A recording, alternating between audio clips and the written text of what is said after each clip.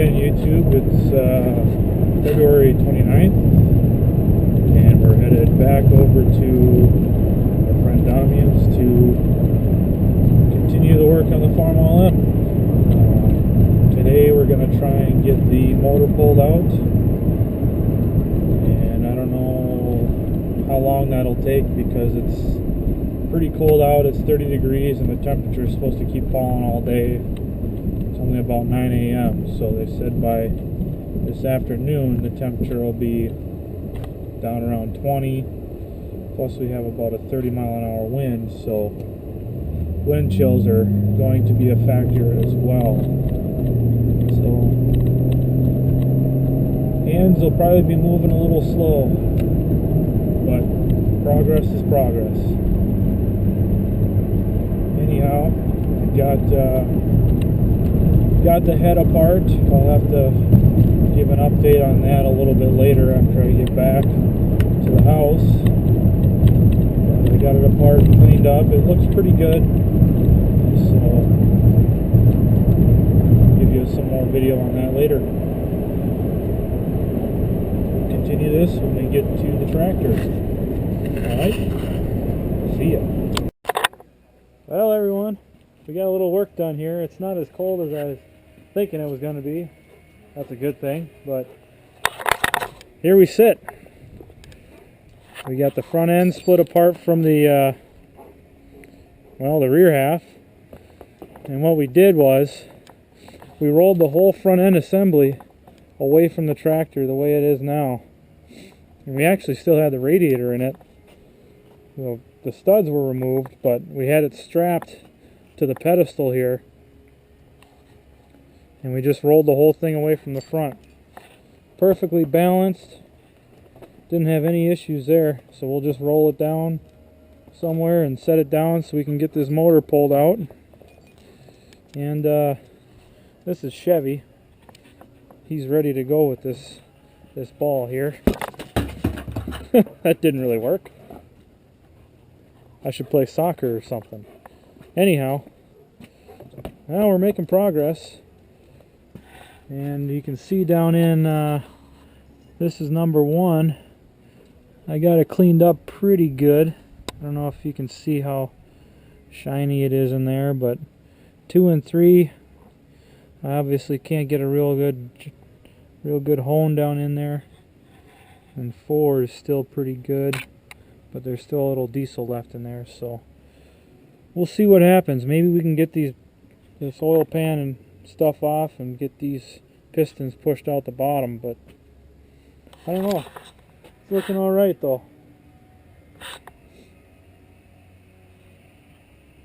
Well, I don't know, I got nothing right now, so we'll keep working. Alright? Talk to you in a bit.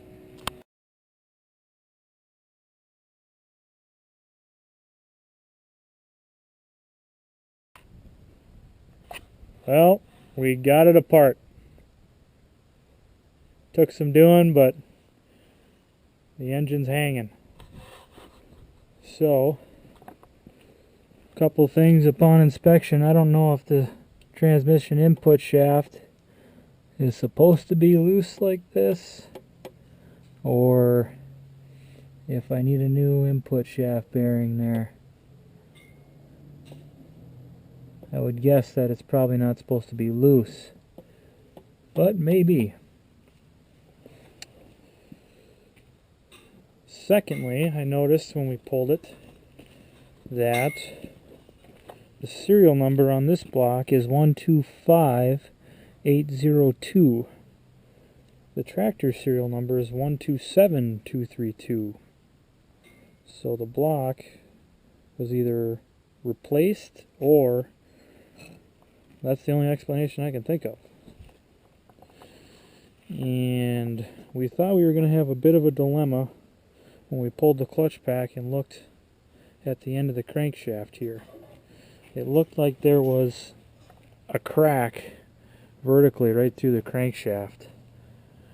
But we got lucky. We cleaned it out, and turns out it was just a bunch of grease that was packed in there that was cracked. So we're going to try to get this thing mounted on a stand and that'll probably be it for today. See ya.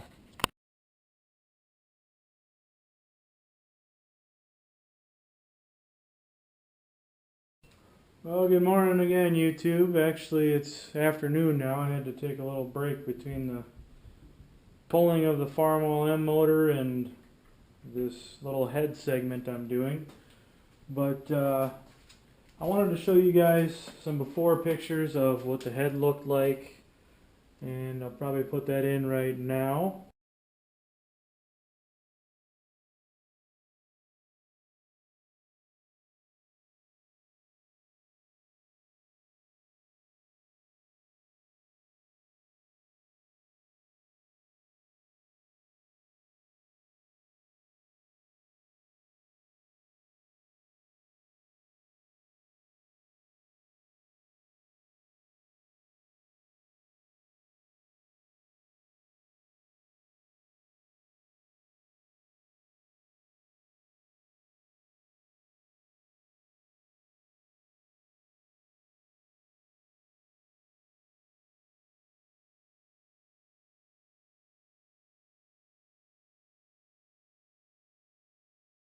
And so that's what it looked like before.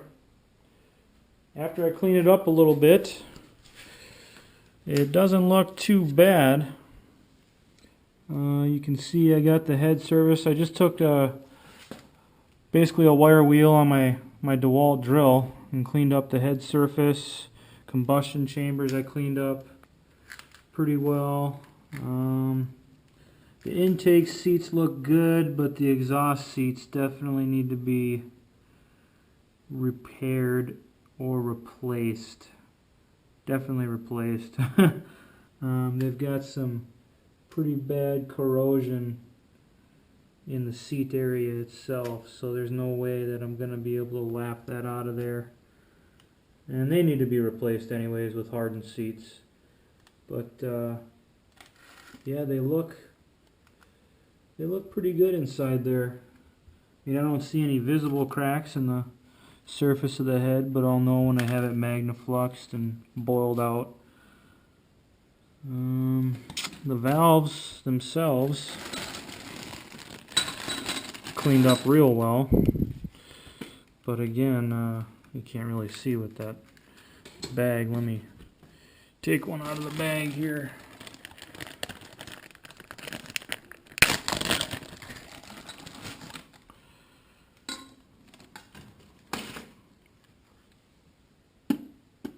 But they cleaned up pretty well. I mean, the stem doesn't have a whole lot of wear on it. This is an intake valve. But they do have some spots in them of borderline burning. You can see kind of the pitting at the edge there. None of them are burnt through, but they do have quite a bit of pitted surfaces, so that pretty much answers the question on that. The carburetor, I finally got that out of the bin that I had it soaking in. It looks real clean on the inside, so just a matter of, I'm probably going to soak it in lacquer thinner, just because this thing had a lot of old paint on it, and I think a lot of the paint, yeah, I can see some in that. I believe that's the main jet hole there. So I'm probably gonna soak it in lacquer thinner here. I got a whole gallon of it, just to try to get any excess paint dissolved that might have flaked off and gotten in any passages. So I think that'll about finish that up. And the Magneto, I'm going to show you next. I ordered a gasket kit for it, but there was a little bit of a common issue with that Magneto that I've been doing some research online and found that it is definitely common. Sorry for turning all the lights off. I just figured I'd go upstairs into the kitchen where I have the Magneto. So we'll do a little bit of that. And in case you're curious, as far as my tight quarters go, this is my garage right here. This is where I do most of my work. So as you can see, I got the 41 Unstyled A and the 41 SC case stacked in here, and this is just my walk-in area right here. So there's not a whole lot of room, but you know, I've built 5 motorcycles in this garage and 2 tractors now. I've done a lot of car repair, so you make do with what you got. I try to keep it as organized as possible. You know, this toolbox I got from Home Depot for, I think it was $500, less than that even, I think. But I can't believe that I was going off a toolbox of the size of just this section, really. And this one's full, and I haven't really bought any new tools since I switched toolboxes. But I almost bought 2 of these things. Anyways, we'll head upstairs and take a look inside the Magneto.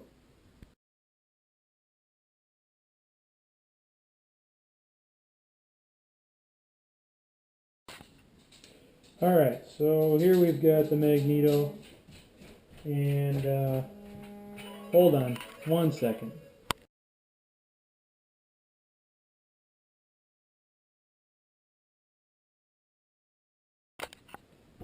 Well, sorry about that. That was the Harley Davidson dealer letting me know about their new promotions. Anyways, so inside the mag, basically what I did to clean it up, I took, this is the cap, the cap and top cover that originally were on it. And all I did was I took some fine sandpaper and polished up all the contacts, and then I rolled it in a cylinder and polished up the contacts inside the cap. Cleaned up all of the wiring contacts, the rotor contact I cleaned up. But I put all new grease in here, so it's pretty much good to go. You know, I got good spark out of it, but there was an issue inside here. I'm taking it back apart anyways to put the gasket kit in it. But the issue that I found was there's a wire that leads from the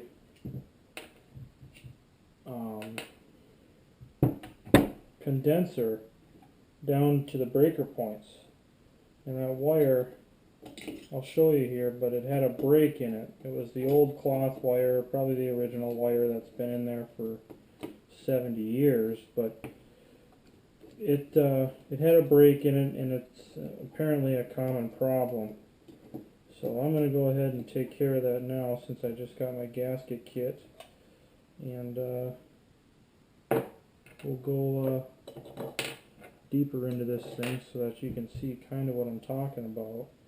Yeah, these gaskets, I mean, they'd probably work, but I think it was $8 for a new gasket kit. I mean, you might as well be safe and replace them, because these things are pretty old, I'm sure, brittle, definitely not doing the job that they should be doing anymore. So we'll just go ahead and replace them. And one of these things about these mags is they're pretty user friendly. I mean, I'm not a huge electronics guy, so I like magnetos anyways, and even with magnetos, I'm not a huge electronics guy, but you need spark to run, so it's not that big of a deal to get into these, as long as you're paying attention to where things go. And I actually didn't even, well, I do, because I have a gasket that needs to go there, but I was going to say I didn't need to take that off, but oops. these are really simple. There's not a whole lot to them.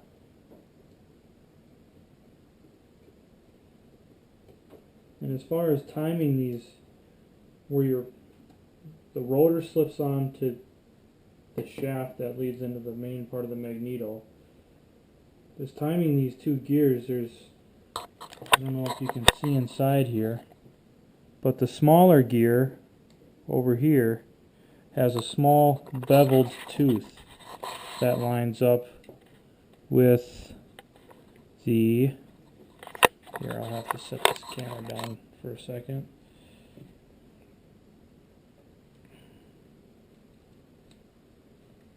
It lines up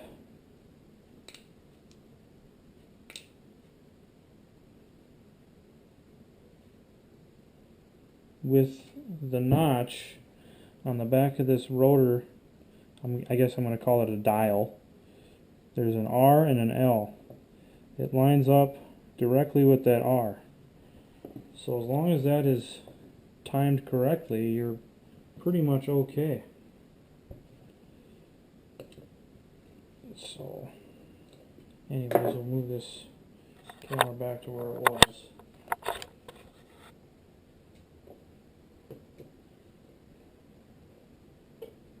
So when you do it, if you do this on the tractor, that's one of the things you have to pay attention to when you replace the rotor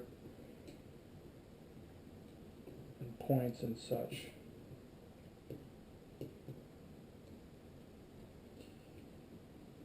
And I'm just gonna make sure this is all loose. And the outside of this thing was filthy. I mean, there was probably, I don't know, a 1/4 inch or so of mud all the way on the outside, you know, all the way around. It was bad. You know, I showed you the before picture, but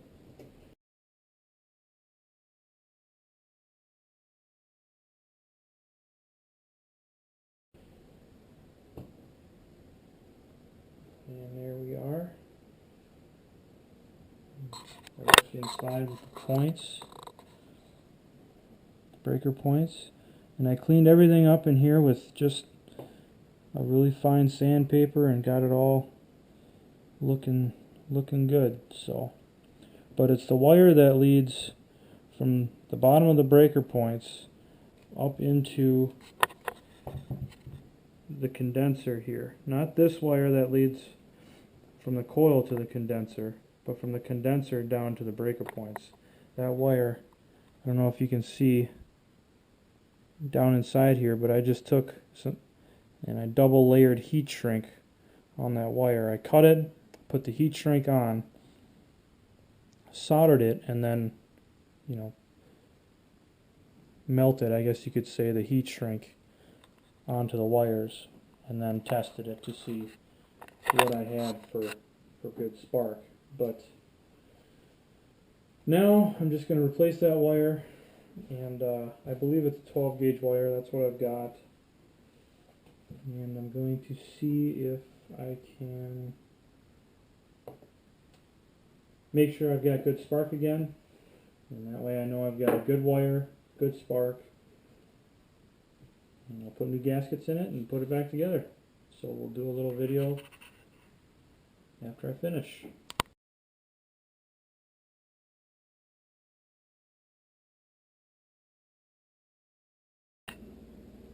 Alright, so we got the new wire in there. 12 gauge wire fit perfectly. What I did was I took some ring terminals. I didn't have any of the original style terminal that they had on here, which looks like this. Looks like it's made out of probably copper, but I didn't have any of those, but the other end had a ring terminal on it. So I took the ring terminals, I split the plastic insulation off the ends of the ring terminals, and I just used a plain metal ring terminal, put it on the end of the wire with some heat shrink or shrink tubing, whatever you want to call it. Ran it through the top after I soldered everything, and used shrink tubing down in the bottom. And I've got it tucked back in the recession that's in the back side of this. and it should fit perfectly down in there once I get the breaker point back in there in the block that everything mounts to. And we'll get it back together with new gaskets and test it. We should be good to go, I hope.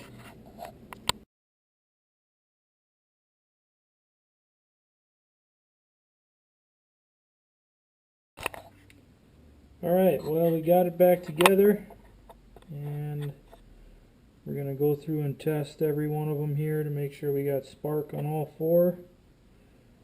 So let's give her a whirl.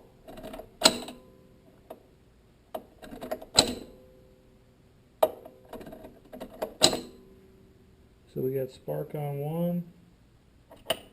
Next one to fire should be 3. Oh, I gotta watch where I'm holding on to it. I'd have felt that one. So there's, oh, that was 4. Oops.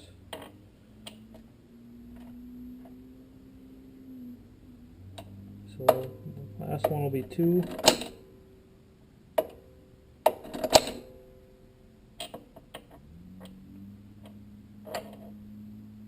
Oh, that was 1. Alright, so we're back on 1.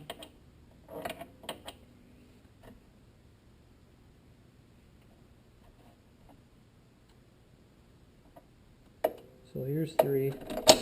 There we go. Now 4. Yep. Now 2.